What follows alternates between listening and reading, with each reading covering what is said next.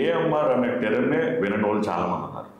Even well ఎడ్యుకేట్స్లో కూడా AMR అంటే ఏమిటి అని చెప్పేసి నేను చూసి రీసెర్చ్ చేసి తెలుసుకోవాల్సిన పరిస్థితి. సో విదేశాలతో పోలిస్తే మన ఇండియాలో కానివ్వండి, లేకపోతే మన ఇండియాతో పోలిస్తే ఇతర దేశాలతో కానివ్వండి, ఈ ఏఎంఆర్ అవేర్నెస్ అనేది ఎలా ఉంది? ముందు మనం ఏఎంఆర్ అంటే ఏంటో తెలుసుకుందామండి. ఏఎంఆర్ అంటే యాంటీ మైక్రోబియల్ రెసిస్టెన్స్.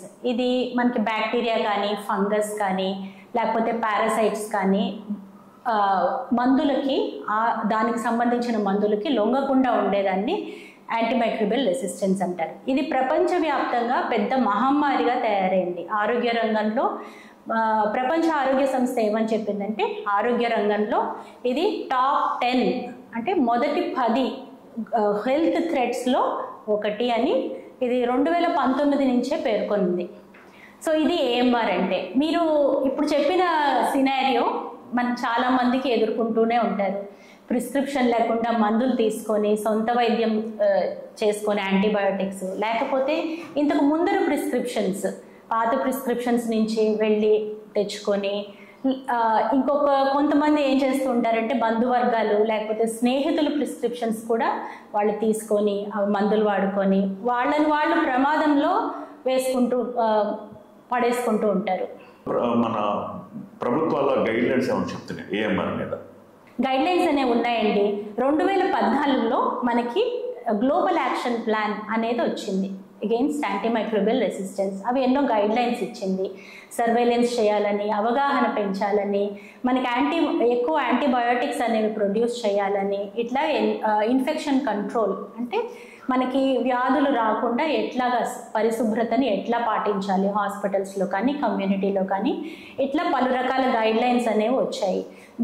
దీన్ని ఆసరాగా చేసుకొని మన భారతదేశం కూడా 2019లో నేషనల్ యాక్షన్ ప్లాన్ అనేది ఒకటి మనకి వచ్చింది బయటికి. అది అట్లాగే మనం ఇంప్లిమెంటేషన్ కూడా మొదలుపెట్టాము.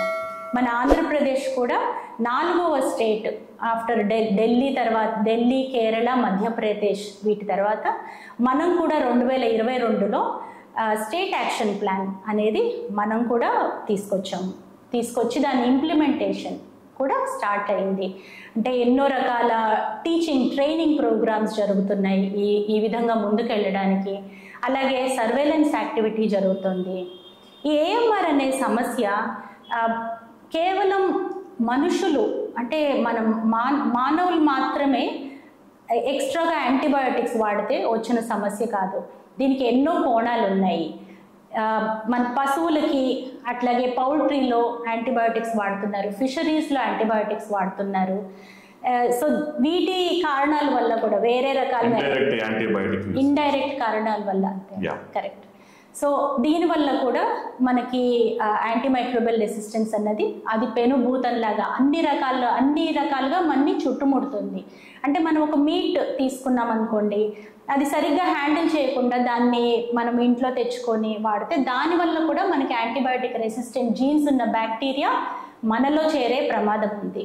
అది మనకి ఎప్పుడైతే ఇమ్యూనిటీ తగ్గుతుందో లేకపోతే వేరే వైరస్లు అటాక్ చేసినప్పుడు ఈ బ్యాక్టీరియా కూడా అటాక్ చేసి మనని ఇంకా సివియర్ ఇల్నెస్ అనేది దారితీయడానికి అవకాశం ఉంటుంది. దీనివల్ల ఏఎంఆర్ అవేర్నెస్ అనేది ఇతర దేశాల్లో ఎక్కువగా ఉందండి. కానీ ఇప్పుడు కూడా అంటే మన రాష్ట్రంలోనే మనం తీసుకుంటే 2022లో global workshop against antimicrobial resistance అనేది జరగడం స్టేట్ గవర్నమెంటే ఆర్గనైజ్ చేసింది. అలాగే వేరే ఆర్గనైజేషన్స్ కూడా స్టేట్ గవర్నమెంట్కి సపోర్ట్ ఇచ్చి అవి జరిపాయి. దాని తర్వాత పబ్లిక్లో కూడా చాలా అవేర్నెస్ వచ్చింది దీని తర్వాత. ఎందుకంటే news paper coverage, TV coverage ఇట్లా జరిగింది. సో మధ్యలో మనకి ప్రోగ్రామ్స్ ఇట్లాగా నేషనల్ ప్రోగ్రామ్స్ కానీ, స్టేట్ లెవెల్ కానీ, ఇంటర్నేషనల్ ప్రోగ్రామ్స్ కానీ జరుగుతూ అవి ప్రజల మధ్యలో ఈ మీడియా ద్వారా తీసుకెళ్తూ ఉంటే దానివల్ల మనకి అవగాహన అనేది జనాల మధ్యలో అవగాహన ఎక్కువ పెరుగుతూ ఉంటుంది. ఏఎంఆర్ అవేర్నెస్ వీక్ అనేది ప్రపంచ ఆరోగ్య సంస్థ కొన్ని సంవత్సరాలుగా పాటిస్తుంది. సో ఏఎంఆర్ అవేర్నెస్ వీక్లో 18th నవంబర్ నుంచి 24th నవంబర్ వరకు గో బ్లూ అనే క్యాంపెయిన్ నిర్వహిస్తున్నారు. సో మనకి గవర్నమెంట్ బిల్డింగ్స్ కానీ, హాస్పిటల్స్ కానీ, లేకపోతే పెద్ద మాన్యుమెంట్స్ బ్లూ కలర్లో లైటింగ్ ఇవ్వడము, అట్లాగే ఇండివిజువల్ లెవెల్లో బ్లూ కలర్ డ్రెస్ వేసుకోవడం, blue colour saris, blue colour వేసుకొని సోషల్ మీడియాలో పోస్ట్ చేయడము. అదే సేమ్ అవే ఇవంతా చేసి ఎందుకు వేసుకుంటున్నాము, ఎందుకంటే ఏఎంఆర్ అవేర్నెస్ కోసం అని. సో ఇట్లా ప్రతి ఇండివిజువల్ చేస్తే ఇది ఒక స్టేట్ లెవెల్లోనో రీజనల్ లెవెల్లోనో జరగట్లేదు, ప్రపంచవ్యాప్తంగా ఏఎంఆర్ అవేర్నెస్ వీక్ అనేది WHO ప్రపోజ్ చేసి సెలబ్రేట్ చేస్తుంది. అలాగే మనకి సెంట్రల్ గవర్నమెంట్, స్టేట్ గవర్నమెంట్స్ కూడా దీన్ని యాక్సెప్ట్ చేశాయి. సో ఈ వీక్లో మెడికల్ కాలేజెస్లో లేకపోతే ఫార్మసీ కాలేజెస్లో రకరకాల ప్లేసెస్లో seminars, workshops, awareness campaigns, bus స్టాప్లో ఫ్లాష్ మాబ్ డ్యాన్స్, సో ఇట్లా కూడా చాలా జరుగుతున్నాయి అవేర్నెస్ కోసం. తప్పకుండా మనకి ఇంకా ఎక్కువ కృషి చేయాల్సిన అవసరం ఉన్నది ఇండివిజువల్ లెవెల్లో.